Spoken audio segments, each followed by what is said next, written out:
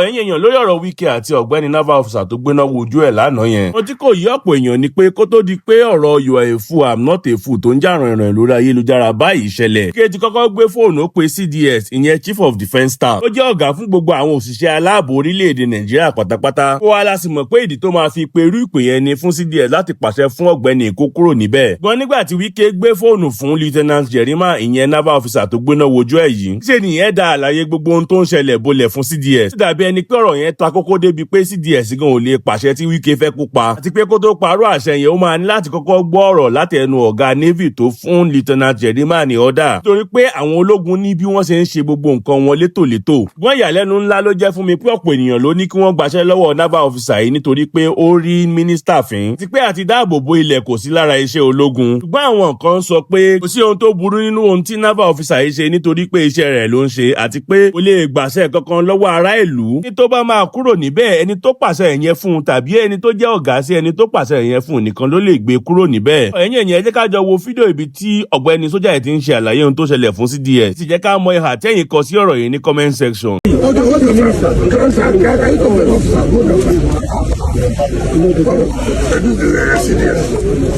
Hello, sir. Morning, sir. I'm fine, thank you, sir. Sir, yes, sir. Afternoon, sir. I'm Navy Lieutenant Jerima, sir. Security Officer to Vice Admiral for good time. Yes, sir. So I'm here on the orders.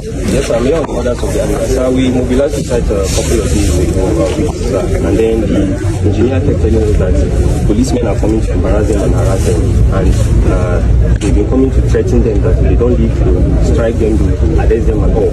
And then he brought it to our attention. So as the security officer to the Vice Admiral, I was called and then we acted. Sir, we are not doing anything illegal. We are here on the orders of the Vice Admiral. That's it. Ours is just support and the things. Stop this video.